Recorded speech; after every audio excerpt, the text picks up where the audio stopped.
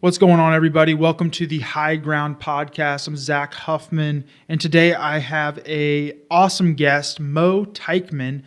They are part of our website and graphic design team, and they strive and thrive really well at communicating a business's brand presence online using various graphic design techniques. They're key in building websites, and it's really awesome to have them talk to us today about the importance of graphic and web design for your small business, how design impacts brand perception and customer trust, and then simple ways and tips that small businesses can create a professional brand presence.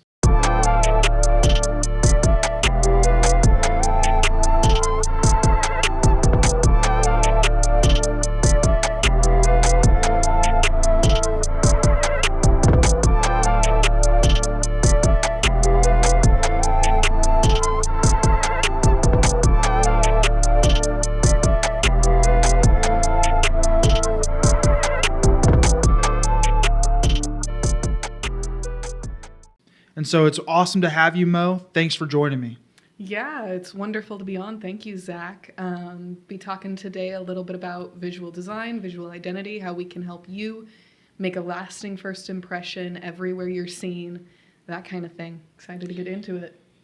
Yeah, and so the power of design and why it matters. I mean, we'll jump right in because I think this is going to be an action-packed, really deep episode in something that I think everybody knows the importance of design, but I don't think anybody really stops and understands it when they're starting their business in the way that they choose their logo, the way that they choose their name, the way that they choose their colors and the typography that's used.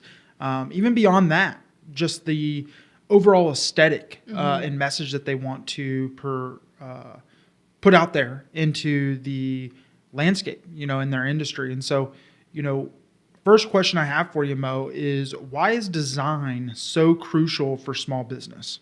Yeah, so for small business especially, so if you have large businesses, Walmart, Chili's, Target, those logos. They're representational. You can have, like Chili's especially, that little chili logo, you don't need anything along with that to see it.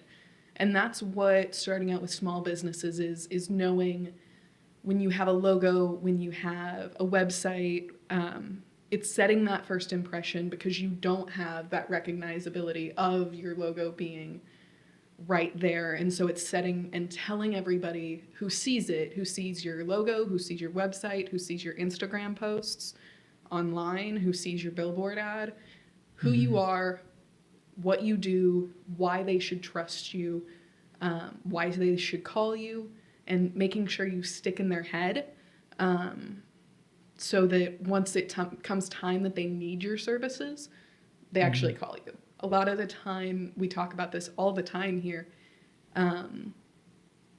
the first time somebody sees your ad or something, it's not necessarily going to be the first time they call you. But good graphic design, good web design, intentional first impressions is really what makes you more likely to be called, more likely to have those leads convert because people trust you. They see everything and they go, okay, this is somebody I can trust. Sometimes it's not even conscious. Most of the time it's not conscious. But if you see a website that doesn't appeal to you, that you struggle to read, that you struggle to understand, it turns you off of it. You don't want to go through the extra effort of understanding that. You don't trust that person's a professional because they can't afford or aren't putting the effort into having something that will appeal to every customer. So, right. Yeah. Yeah, and something that's always stuck with me when we're talking about design specifically, and specifically in web design, is 98% of people admit to making judgments about a small business strictly based off the design of their website. And so that means that 98% of the people coming to your website are making a positive judgment or a negative judgment simply based on the look of your first page on your homepage. And so, I always equate it to, if you had a storefront, you wouldn't put trash and clutter and different things in front of your storefront. why would you do that on your website? And so making sure that you really think through how your business is perceived online. And I think that same thing applies to any visual art. So you mentioned Yeah. billboards and different things. Like if that billboard is cluttered or doesn't get its message across, or the fonts or the colors are unappealing, then it's probably not going to resonate with me and make me want to contact you. Yeah, it's the same thing of like if you're window shopping and you see a sign and the font's too small, it's too thin, there are 4 things on there, you can barely tell what the place is called, you're not walking in there. Yeah. If you see their front window and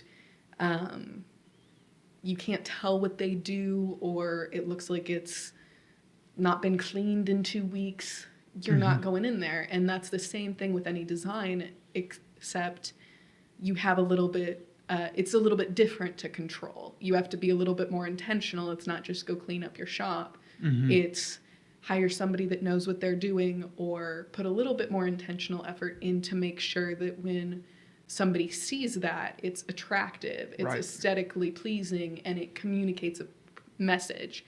The big difference between like general art and graphic design and web design that's so important for people to remember and to know is that graphic design and web design are solving problems, intentionally solving problems for you. And if you're not solving that problem, or if you're only like half solving that problem, only addressing parts of the problems that you're trying to address, then you're not getting all the way there. You're not being successful, and it's creating a judgment there on behalf of the consumer of, I don't know what's going on here. Graphic design is leading their eye. It's telling them what to think without letting them know that you're doing that. Right. It's the same idea of like judging a book by its cover. Everybody says don't judge a book by its cover, but let's be real. That's what covers are there for. It's why you have the back cover of a book that gives you a highlight of the book, that gives you reviews from other businesses or New York Times or something like that. It's why you have the back fold with the author's note. All of that to tempt you into reading that book and to tell you what it's about. And your website's the exact same thing. It's just digital and it's laid out a little differently. Yeah, I mean that is a great tie-in, a great physical reference that maybe most everybody listening to this podcast would be able to understand. And yeah, so you talk a little bit about why it's crucial for small businesses, and it's crucial for small businesses not necessarily because of the gain, but to understand that poor design can hurt your credibility as a business. And you're more often going to resonate with the fear of loss than the opportunity to gain. And that is really the way that I approach design. Is listen, if it's not on par and it doesn't look good to consumers, and in the world of design, there's a lot of really good designs out there. There's a lot of bad designs. And typically from what I've come into contact with is with small and medium-sized businesses, they just don't think about it. It's not something that is in their business plan, is like how they're visually going to be represented online. And so they come to us as the marketing company with the team of designers. And so, in your opinion, when they come to us, you talk about the problems or the problem solving of graphic design. What are what is one of those problems that they're usually coming to us to solve for them? It can vary a lot, but especially with small and medium-sized businesses, it's I'm not getting enough leads from my website. I'm not getting enough conversions from my website. Or I'm not getting enough calls. That's a lot of the ones we get. And solving that problem is going, okay, maybe we are getting a lot of people onto your website. Now, how do we get them to do something about it? Graphic design a lot, and especially anything digital, is encouraging people to do something, to take action, to give you that call, to message you, to go follow you on Instagram, to go follow you on Facebook, any of those things. And sometimes it's as simple as a problem as just communicating who you are. People don't know who I am. How can I make sure that changes? And so creating a recognizable logo, creating a Facebook profile that appeals to people and continuously makes sure that you're sticking in their head, creating a homepage that tells you once you get there exactly what they do and why you should trust them, that kind of thing. And so solving that problem becomes, okay, if I want people to remember me, let's get in their head. Let's look at, okay, who is my target audience? Yeah. If it's men in their mid 50s, it's going to be something, you're going to be appealing a lot differently than if it's a woman in her 20s. That's a very big difference of target audience there. And so you have to get in their head and figure out, okay, what do I do to appeal to this specific person? And then is there anybody else I can appeal to as well? Yeah. If that makes sense. Yeah, it makes perfect sense, right? How you address and what resonates with me, being male, is way different than what's going to, in being almost my 30s. What's going to resonate with me, just off an age basis, is not going to resonate with a 60-year-old or a 70-year-old. So there's a lot of different reasons to identify your target audience, your cohorts, who your primary person is, and it's really key. We work with a lot of home service businesses in Kansas City and throughout the United States, and something that we identified very quickly and very early on to address the conversion rate problems was our target audience, even though this is a male-dominated industry, is not male. It is females that are making the decision oftentimes when it comes to a remodeler or an interior designer or a plumber or HVAC person. It's oftentimes not the male of that household that is making that decision. And so we've got to make sure that we kind of lend the design a little bit differently. We have to appeal to, in this instance especially, it's a little bit more dynamic for us because we appeal to both audiences at Summit.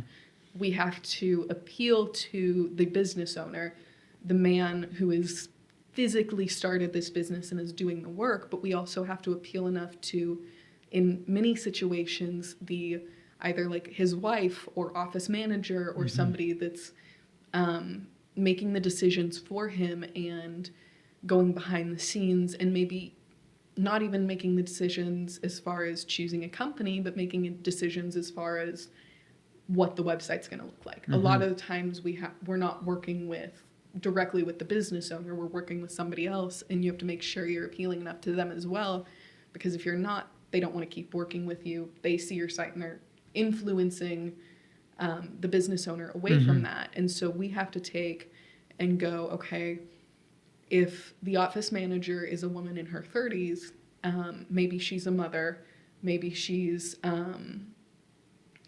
maybe she stays home, or maybe she is doing this on the side. How do we appeal to that?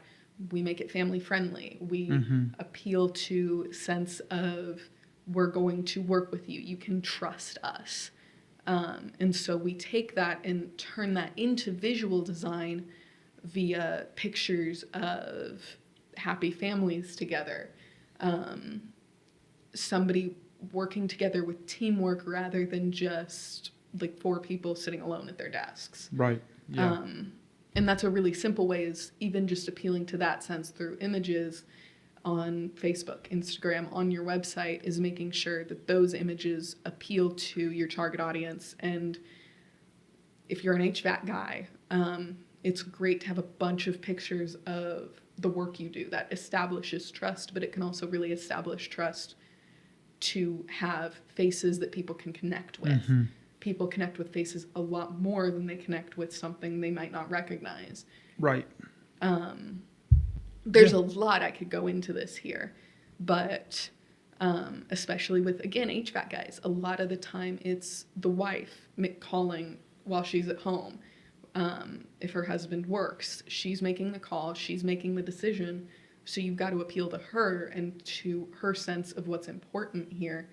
And there are a lot of different ways to do that. Yeah, and usually when we're working with somebody on any graphic design project or website development project, because it's important to understand your cohorts when you're designing something, anything, even beyond a website. It could be your billboard, it could be a flyer, it could be a mailer, it could be a T-shirt. Who's your target audience, who's going to resonate with that, and so it's really good to understand those things. And a lot of the conversations that we have in the onboarding and consultation process in trying to understand their design.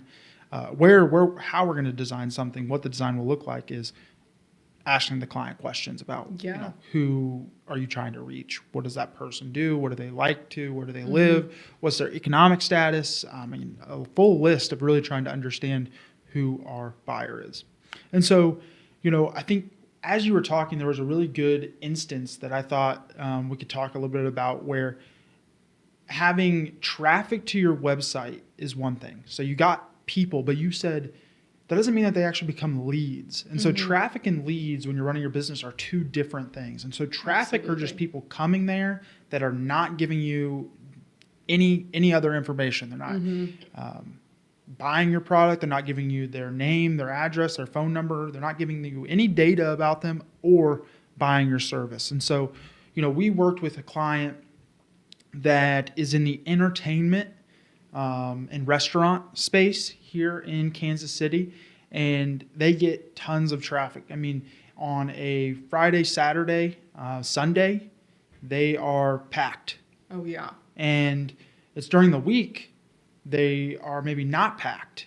And so something that we were wanting to work with, and different flows to being packed, I guess. We worked with them. They had a website. They were getting lots of traffic. They were feeding their business what they thought with their marketing spend, a lot of awareness out there. A lot of Facebook, a lot of radio, a lot of TV, a lot of different ads out there that were generating this traffic. But when you really got into the nitty-gritty of the back end of their analytics, the traffic wasn't doing anything. Yeah. It was thousands of people coming to their website. And what we identified was, listen, your design is kind of off par. What you're telling me, who you want to reach, the environment that you have in your establishment, the overall vibe and brand and everything. When the business owner was talking to us and how they spoke about their business and the environment that they were looking to have, you looked at their website and it was on 3 different pages. It was not what they wanted. And when you went to this location, what was visually there, their website didn't do a very good job communicating that. And so if you had never been there and you had never experienced that environment, it was really imperative that when we built their new website, that we kept the things that were generating the traffic, the SEO and things like that, but we reestablished the design, the images, the videos, the color scheme, the pages, the icons, the graphics, everything was screamed fun. The previous site was, hey, we're something to do in Kansas City amongst all the other things to do in Kansas City.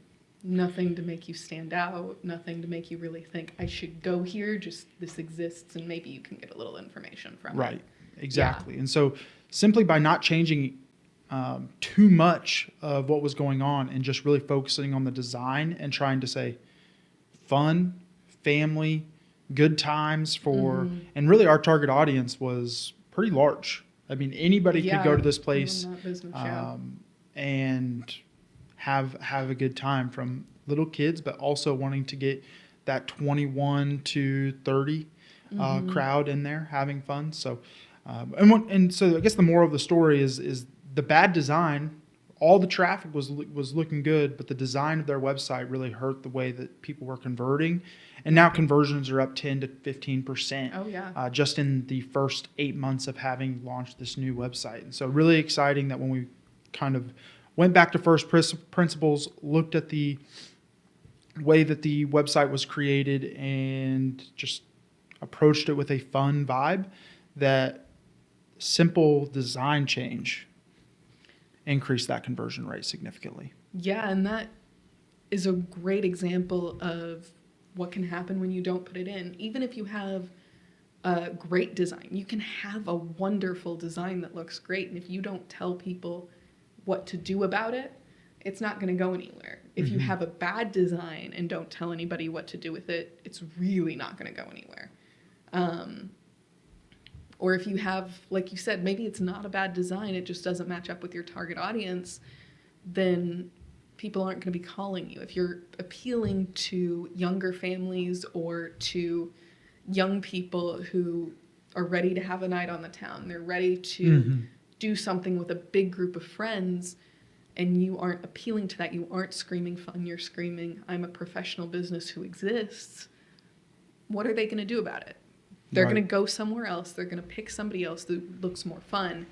And so when you're creating your website, or when you're talking to the designer who is going to create your website, make sure you know who your target audience is and what they like. And if you don't, ask.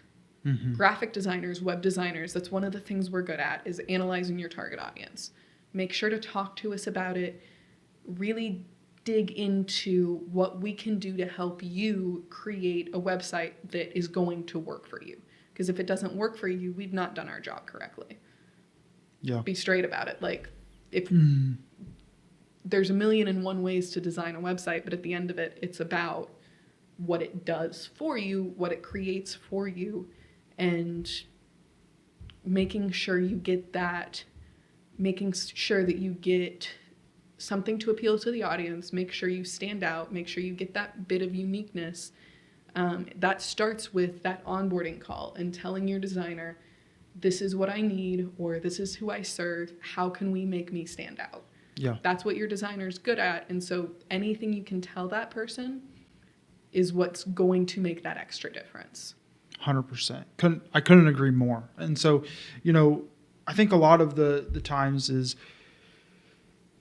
we work with businesses that don't necessarily lead with design, and that's completely fine that they don't, right? You got into your business because you know how to plumb homes, or you like HVAC, and now you want to do that as your career path. And so you're,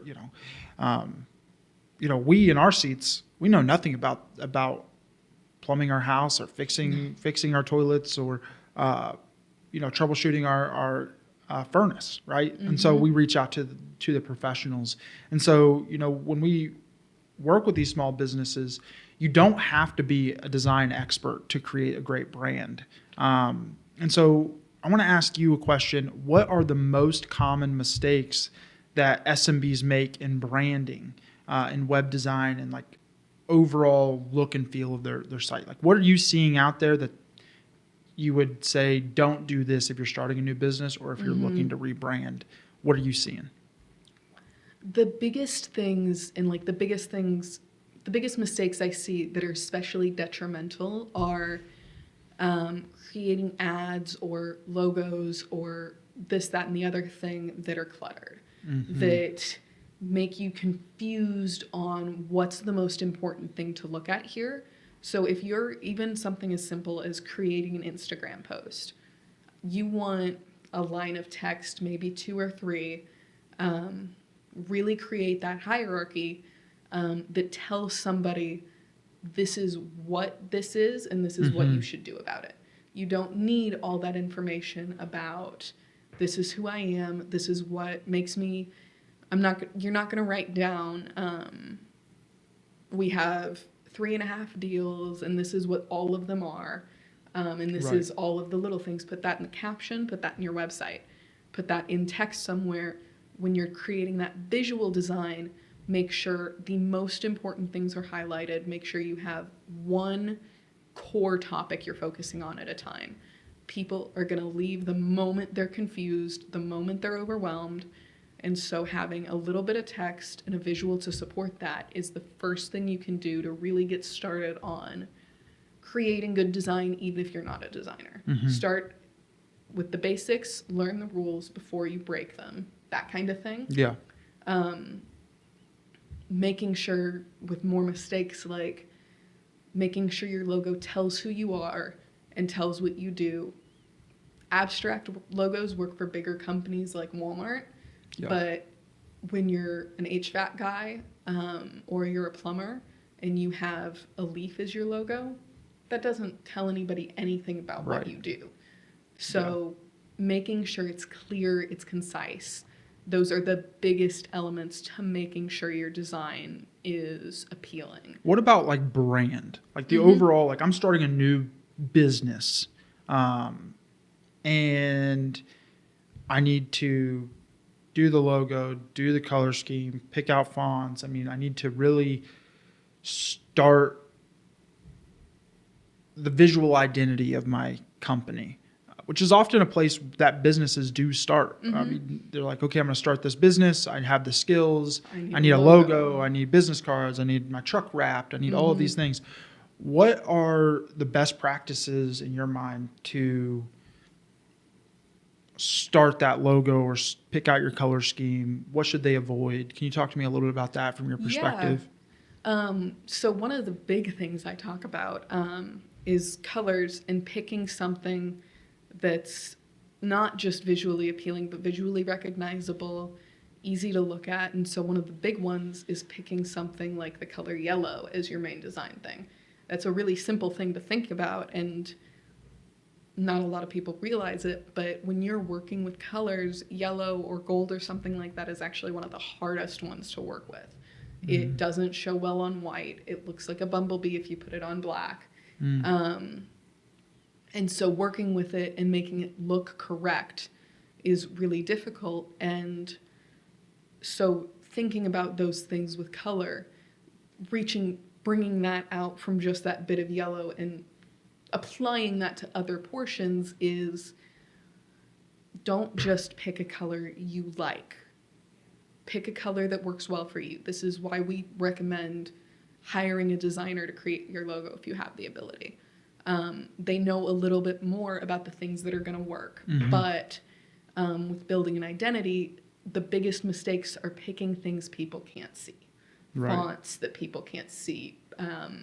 Scripts, cursives are going really out of style right now because we have an age of people, especially around my age, that have a lot of trouble reading cursive. It wasn't taught as consistently in schools for a bit of time. And so it's not as popular right now because people aren't reading it. Right. When they see it, they get turned off of it.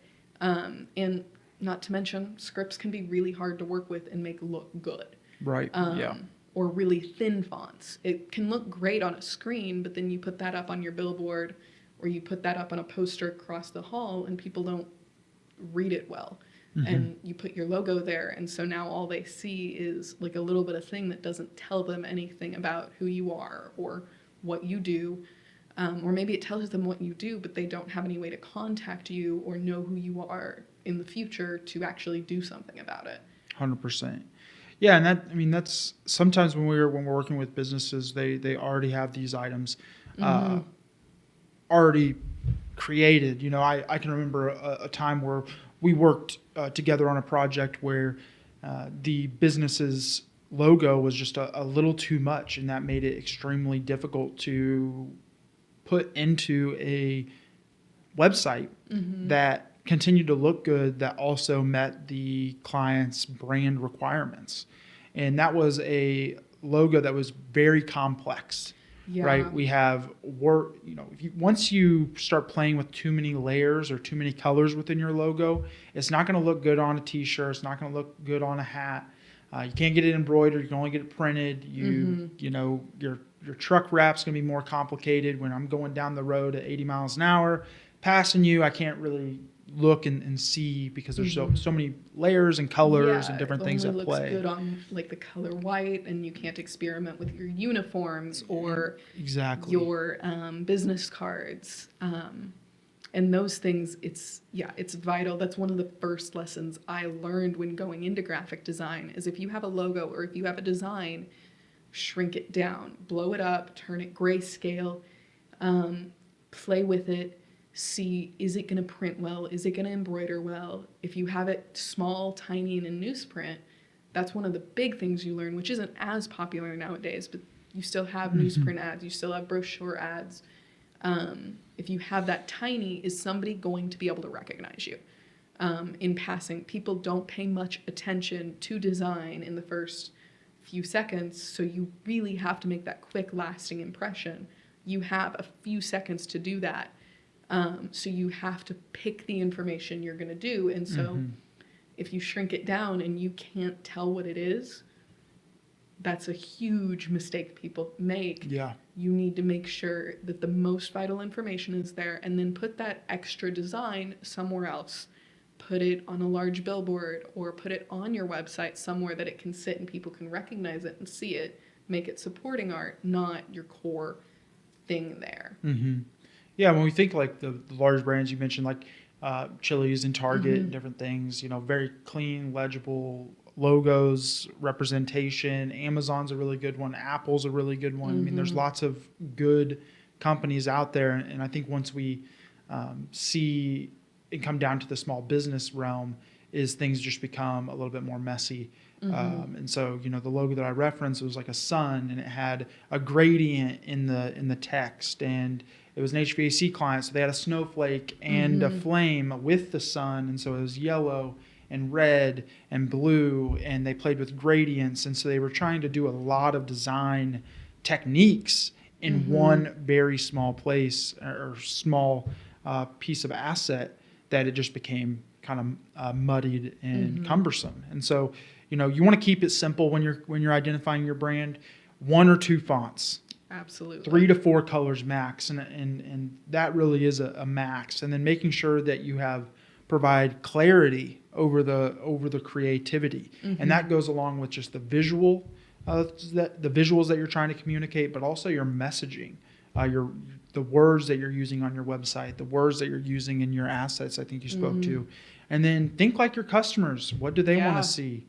And making sure that those are the things that stay paramount. And so, you can always, as a small business owner, you really got to pull yourself up by your bootstraps and hunker down on the money, and you maybe think that you can design these things by themselves. And so, Mo, what would be the key things or key signs that it's time to hire a graphic designer? And do you really think that businesses are better served by DIYing in the beginning and hiring a designer later, or hiring a designer first? Where do we land on that? Just because, again, obviously you're the professional when it comes to the design. You want to go reinstall your foundation or try to troubleshoot your furnace because you just don't know those things. And so, where do you fall in the DIY or hiring a professional? My instinct is always going to be, especially as a designer, I have that little bit of bias that I can admit to, but my instinct is always going to be hire a designer to set you up on a good foundation and then continue from there. You don't always have to have a designer on staff all the time. You can hire a designer to make you a good logo, to set you a good foundation with your brand, and to give you pieces and tips of advice to continue down the road. And then you can continue with maybe making a simple site using a tool like Wix that's really easy to use, using tools like Canva to make social postings without having to start that foundation yourself. It's a lot easier to fix problems with the structure or with the facade of the house than it is to fix the foundation. If you have a bad foundation, everything has to come down. If you have an HVAC unit that doesn't work from the beginning, there's not a lot you can do to fix that. You have to replace the whole thing. And so I would say hire a designer to start you off on a good foot, and then go away yourself using the tools you can use. But if you don't have the ability, the money to hire that designer initially, jump on something like Canva, create something simple, create something recognizable. They have a lot of free icons on there, a lot of free fonts. You can create something to get you started. And when you start to notice that you're not getting those calls, you're not getting those conversions, like the site you mentioned that we redid earlier, once your site's getting a lot of traffic, but it's not converting, that's the time that it's time to hire a designer, because something's not working. Yeah. When things stop converting, you got to bring it down and figure out, okay, what's wrong there. And a lot of the time it's that design. Yeah, and so double click on something that you said there was on the hiring a designer in the front end and then taking it on yourself. Something that is key for us. We work with clients and we will do what is called a brand kit, right? And so getting a brand kit, and when we work with companies that already have this, I would say probably only 10% of the companies that have an established business and want a redesign of their website or want us to create social posts or different billboards or physical assets like print, things like that, they have an actual brand kit. And so in the very beginning, if you are going to work with a designer, talk a little bit about what a brand kit is and why that would maybe be a beneficial investment. We're talking a couple $1,000s one time to really establish your brand and put it on the right foot. So what is a brand kit, and what do you think the key points that a small business should be looking at hiring a designer to develop them on? Yeah, a brand kit is really imperative in my opinion. Every larger business that we've worked with, not every larger business, but many that we've worked with have had that, and it makes designing from our perspective so much easier when we come on. But what it is a kit of your assets, your fonts, your colors, your logo, secondary logos that you have, primary artwork that you have, notes on the voice you want to use. It's all of this that comes into creating your visual identity and your brand identity. Those are two different things. We don't have to get into it fully right now, but your visual identity is the visual asset you put out there, everything visual that you have, and the brand identity is everything that backs that up with the voices you use, the tones you use, creating that intentional experience all the way through, not just with the visuals. And so the brand kit is everything that supports that and gives you logos in the various formats you're going to need. The fonts you can use so that you're consistent across your design. So if you have a custom font, or you have a font that's on Google Fonts, those are free. Those are wonderful to use. They're easy to use, and they work with most web platforms. Yeah. You can download those pretty easily. It's easy to walk through, even on the internet. Quick Google search, quick YouTube video. How do I install a font? And those can really make the difference in somebody seeing your logo and then somebody seeing your website or a design you've made or a billboard you've made or your business card, and all of that being the same experience all the way through. It's the same idea as if you walk into like a restaurant and there's the sign and that looks one way, and then if you walk in, you want that experience to continue. If it's a luxury business, you want that sign to convey that. But then when you walk in, you're going to have that dimmer lighting, you're going to have the tablecloths, the nice dishes. Whereas if you walk in somewhere and it's that really nice luxury logo, but then you walk in and they're serving you on paper plates, you're not going to do that. It's the same thing with a brand kit. It allows you to extend that experience, and then you can give that once it's time for you to hire another designer. You can give that to that new designer, to your marketing company, and it tells them everything they need to know. You give them information on your business, but this gives them information on how to keep designing for you. Yeah, I find that how I kind of equate it to is like a blueprint of your company. And so if you were to like build a house without a blueprint, any guiding principles of what is going to happen on this project, your house is probably going to turn out like crap, or you're probably going to have to redo a bunch of things often. And so a brand kit is those guidelines, is that blueprint for how you should be visually, and your voice of your company should be perceived by the consumers and in the market, in the industry, so on and so forth. And so the brand kit, the fonts you use, the colors you use, the tone, who your target audience is, any of your assets, any images that can not only just be representative of your brand, but provide inspiration. So, having some inspiration images to the overall vibe and different things like that.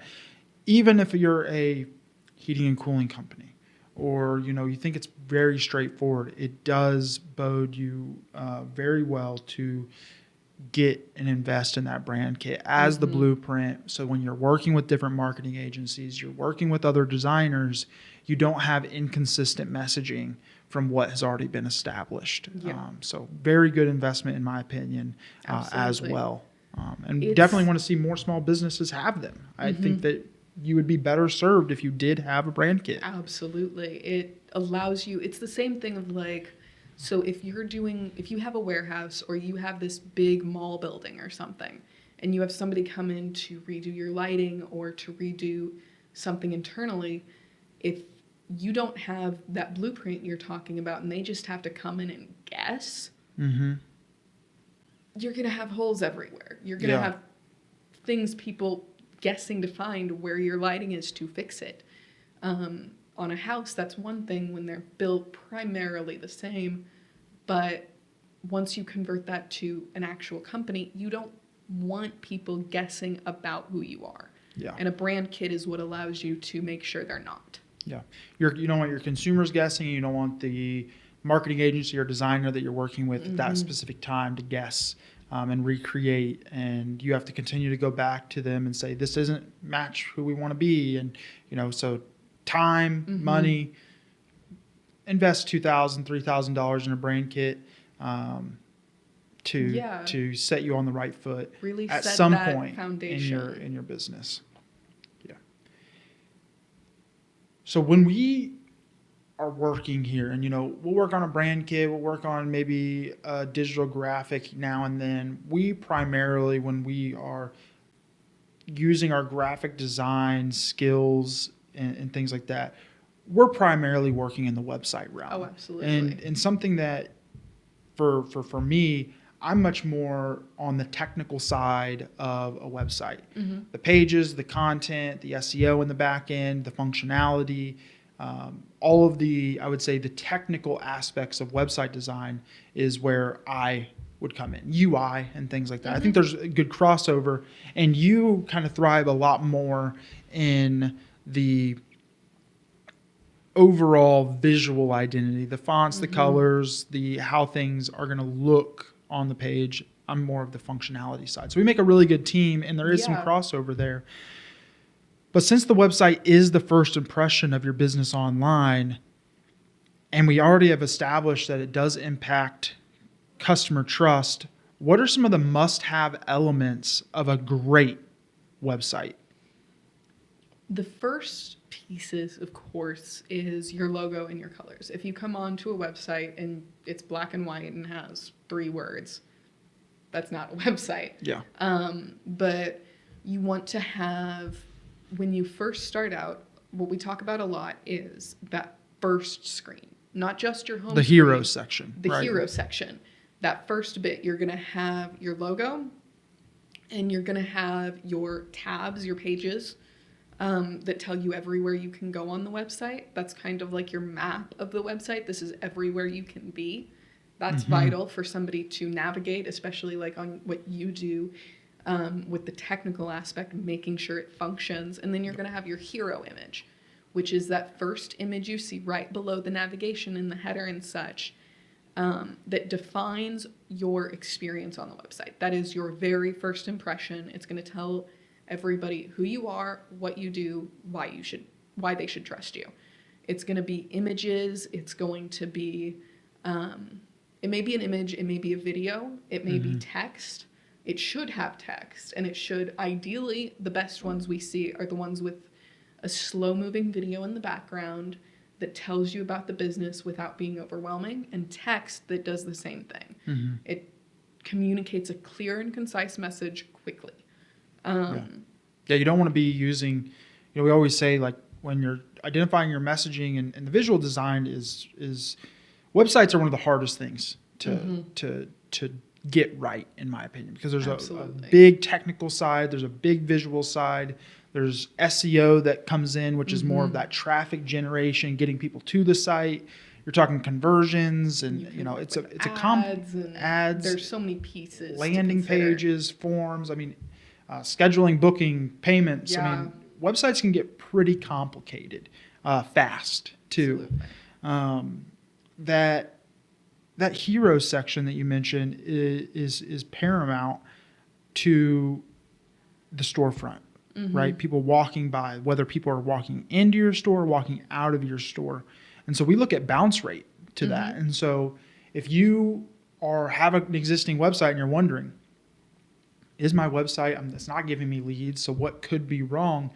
Land on your website for the first time and make sure that your messaging is clear. So, we were looking at a candle company the other day that we're working with. And their website, the first thing that pops up, nourish your soul. Yeah. What does that have anything to do with candles, right? And so that was a messaging problem where it's like, nourish your soul sounds great, makes me feel warm and fuzzy, but it doesn't tell me what you do. It makes me think you're doing something mental health wise, or maybe physical health, a spa, a massage store place. I don't know the word. It doesn't tell me candles. Something better would be something clearer. Yeah. Function over form. You can play with the creative once you have the content good. Once you have that created.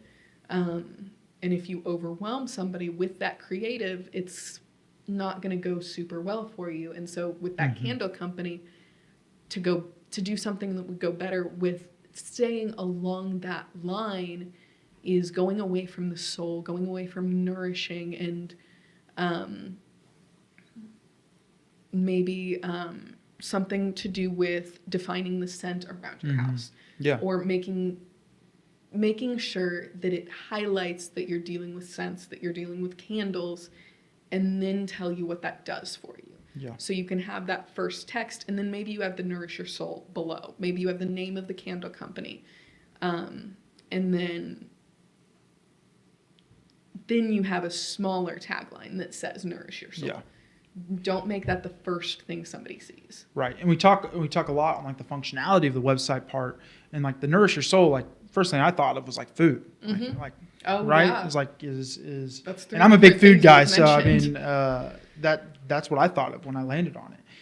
And if I knew it was a candle company because of where I was at, but you have to put yourself in your consumer's shoes. Like you're a candle company or a heating and cooling company, but your clients don't know that when they land on a site. And so we talk a lot about mental capacity to make decisions, and decision fatigue is a real thing. There's lots of studies about decision fatigue. And so we like to think at this point is at 8 o'clock when we wake up, or 6 o'clock, whenever that is, we're at 100%, right? So by the time we get through our work day, by the time we decide what we're going to eat for lunch and dinner, what we're going to wear, we only have the mental capacity that could be around a 30% range by the time we are off work, or by the time something happens with our home and we need to find somebody to hire. And so if you have cluttered messaging and I have to start using my 30% of mental capacity to try to understand what you want me to do, or what you offer, or who you are, I'm going to go find somebody else that makes that a little bit easier for me, because I don't have the time or the capacity to decipher what you're trying to tell me. And that can really affect your conversion rates as a business. Absolutely. Once you make something that hard for a consumer, and especially in the digital atmosphere, that's the easiest way to get somebody to leave your website. Make it easy, make it clean, make the decision for them. People like feeling in control, but they don't like feeling confused and all over the place. So make it easy to make sure you have your phone number right there in the corner, a button to call you. Because in most of the business we work with want a call. They want somebody to call you. Make sure that's one of the first things people see. Make sure your navigation is in the spot where people expect it to be. It's great if you're trying to do something new design-wise, but if people see something they don't expect when they're trying to make easy decisions, they're not as likely to go with you. Exactly. Make sure your design functions. Yeah, function over creativity or Mm-hmm. form or the way that it looks, and that's where we always say that for our company, we don't build the most beautiful and stunning websites of all time. Like, we're not winning any design awards. That's Mm-hmm. not what we aim to offer. And us winning a design award when we design your website doesn't do anything for you as the No. small business. And so we do want your website to look good. We know Mm-hmm. the importance of having good, solid branding. But at the Yeah. end of the day, we need to make sure that that site functions. We need to make sure that it has a clean layout. We need to make sure that it has easy navigation at the top, which you Mm-hmm. spoke about. We need to make sure that it functions well on desktop, tablet, and mobile. We need to make sure that the website has clean and clear call to actions, but that we Mm-hmm. guide people to what we want. We talk about IKEA all the time. When you walk into IKEA, it has arrows on the floor. You don't have to think when you walk into No. IKEA. It's like, follow the arrows, get to the checkout, walk through Mm-hmm. every place in the store. It's The mindless hardest when you part of go in there. IKEA is the warehouse where you're making the decisions on what to buy. And that's a great example Yeah. here that applies here. They walk you through the showroom so that the only decision you have to make is the pieces you want to look at closer. Yeah. And then once you make the decisions about the pieces you want to look at closer, all you have to do is go downstairs, go pick out the item you want. And even that's pretty easy. They have everything labeled. Yeah. You can take pictures of the things or write down the things you want to buy and where they are. And if you forget, you can go look it up on the computers they have right there. Yeah. They give you all the resources to do everything you need. And that's what design on a website is about. It's about putting everything there in a place that's easy to access and visually appealing so that when people are on your website, they know what to do and how to do it. The design piece comes in making all of that work together and making sure it's not visually overwhelming, to make sure it's visually appealing.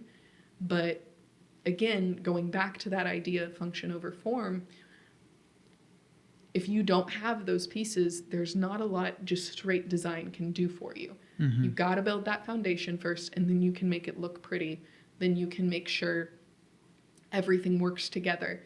You can highlight where you want people to look. You can make sure your margins look good. Mm-hmm. But first, you have to set that foundation. Web Yeah. design is a lot more than just the visual aspects, and that's why we recommend, when you can afford it, to come to somebody like us who's able to do this for you, to take this off your plate so that you can run your business. Right.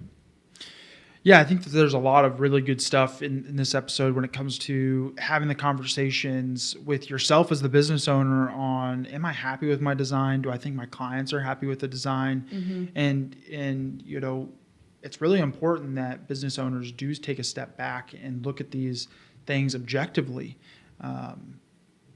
Because at the end of the day, your decisions, if you're DIYing this, could be the reason.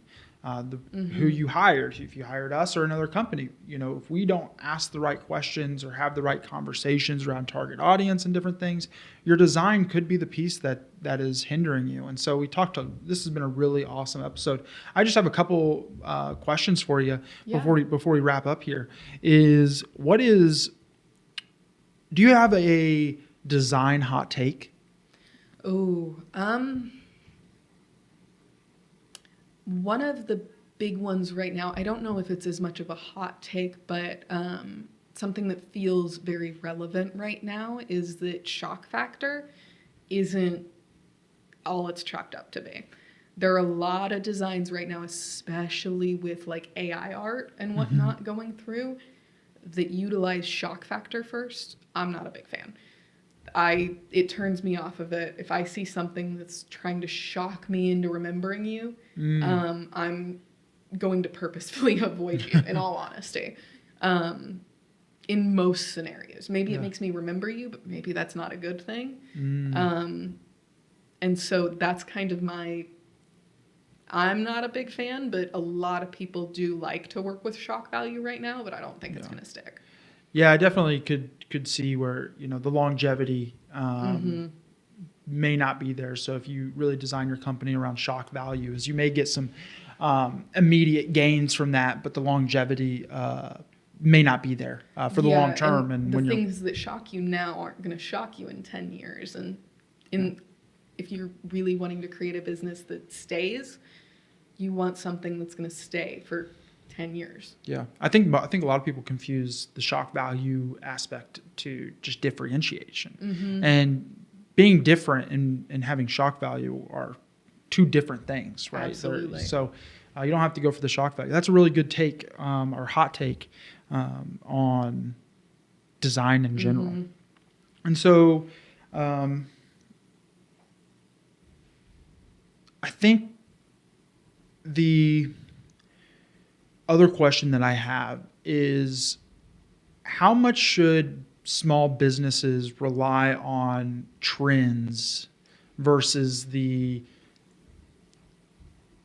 constants, right? Trends can fall in and out of style pretty often, but there are some constants around good design.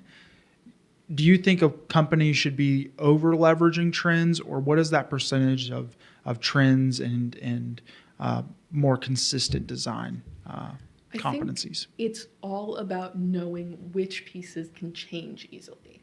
So your logo, you don't want to change that very often. Every time I see a large business change their logo, one example from a little bit ago was Patreon. They've changed their logo like 4 or 5 times in the last like 7 to 10 years. That's too many. It's really hard to know what's current now. Yeah. And now they have a logo that's current, but I don't trust that they're going to stick with that now. With your logo, I wouldn't follow trends. I would follow things that are going to make you stick for a while. Same with your website. There are elements that you can use trends on because it can change, it can update. It's a little bit more fluid than your logo, but you still don't want to change it up too often. Now your socials, your YouTube videos, your Instagram posts, those can change lickety split. Yeah. Those are changing weekly to monthly. Absolutely follow the trends right there. See what's going on on social media, on each platform you're using. Make sure you're relevant there. That's the piece where people want to see updates. They want to see things that are going on. But your website, you only want to follow the changes that are overarching. There's a big change right now through design with all of the AI things we've been talking about here, where people are either really leaning in heavily to that digital technology focused design or really leaning back into things that are like human focused. Right. That's an overarching design trend that's been like the past few years. And that's an easier one to follow, whereas things like, I'm trying to think of one that focuses a little bit easier. There's one we've seen that's like, I think Canva called it botanical mechanical, and it's one that's implementing or intertwining that idea of the human focused touch and the AI, the technical side of things, and intertwining those. That's a great design trend for your socials, but for your website, that's going to be gone in a few years. Right. And most businesses don't have the ability to redesign their website every few years. Maybe a website company like us does, but even then that takes a lot of resources. So I wouldn't follow trends in places that you're not ready to change consistently. Yeah, so really good message there is, in some places chase the trends. In the places that are more often have overturn or are changing constantly, because you can change constantly. And the places that maybe don't change as often, stick to the more tried and true design areas. And so, absolutely. I mean, this has been a really awesome episode. I think this is podcast number 10. I think so. And so, kind of a key moment for the pod. I think this is a really good one for people to listen to as they are rethinking or maybe have questions or concerns about their design and whether it's working for them. They're starting a new business and they're trying to understand what and how should they design their company for longevity. What do they need? And design is something, it's one of the key pillars of marketing your business, and sometimes something that doesn't have a tangible ROI to it. So I think it Yeah. oftentimes goes unnoticed. However, there is ROI to it. I mean, there's definitely loss attributed to it if it's not done it's well. one of those things it's really easy to see when it's done badly. It's harder, especially on a consumer level, to see when it's done well. Right. Exactly. And so some of the key lessons in the recaps here is, a strong brand, a strong visual brand of your business, it builds trust. The first impressions matter in the digital landscape. And so simple design principles create a professional look. And so we went over making sure that you keep your logos and your color scheme very simple. Simple wins. Don't overcomplicate it. Don't try to do too many different tactics and techniques. We talked a little bit about when you are starting a business or you need some help. It is important, and we definitely do recommend reaching out to somebody, whether it's us or another capable designer, and have them build out a brand kit. I think that is one of the key takeaways is invest in a brand kit. It will count. Once you have one of those, you will be able to DIY a little bit easier. And if you even don't want to DIY, you can provide that to other designers out there as you find them. Other agencies. Anything you need design for, they can take it and run with it. So I think that's invest where it counts. Will allow you to DIY in the future. The website, the hub of your online presence. We've talked a lot about the website. Keep it simple. Make sure it's clear. It's user friendly. It looks good. I mean, there's a lot. It's the hub of your online presence. The website is, and a key place where you can really have your brand and the design and the visuals of your brand should be showcased.